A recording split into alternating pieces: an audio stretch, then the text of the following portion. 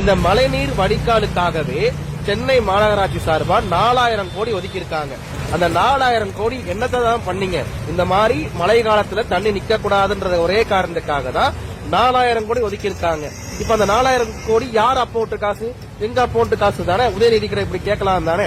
ஏன்னா நாமெல்லாம் வரி கட்டுற காசுல தான். நீங்க இப்ப பாத்துக்கிட்டு இருக்கிறது சென்னையோட 37வது வார்டு. இந்த 37வது வார்டோட கவுன்சிலர் யாருன்னா காங்கிரஸ் கட்சியோட மாவட்ட தலைவர், வடசென்னை மாவட்ட தலைவர் டெல்லி பாபுவோட வார்டு தான் நாம பாத்துக்கிட்டு இருக்கக்கூடிய 37வது வார்டு. இந்த 37வது வார்டுல இருக்கக்கூடிய மெயின் ரோட்லயே எந்த அளவுக்கு தண்ணி நிக்குதுன்னு நீங்க பாத்தீங்கன்னா தெரியும். தொடர்ச்சியா எல்லா பக்கமும் நீங்க பாருங்க எந்த அளவுக்கு தண்ணி நிக்குது, மக்கள் எந்த அளவுக்கு கஷ்டப்பட்டுக்கிட்டு இருக்காங்க. இங்க நிறைய ஹவுசிங் போர்டும் இருக்கு.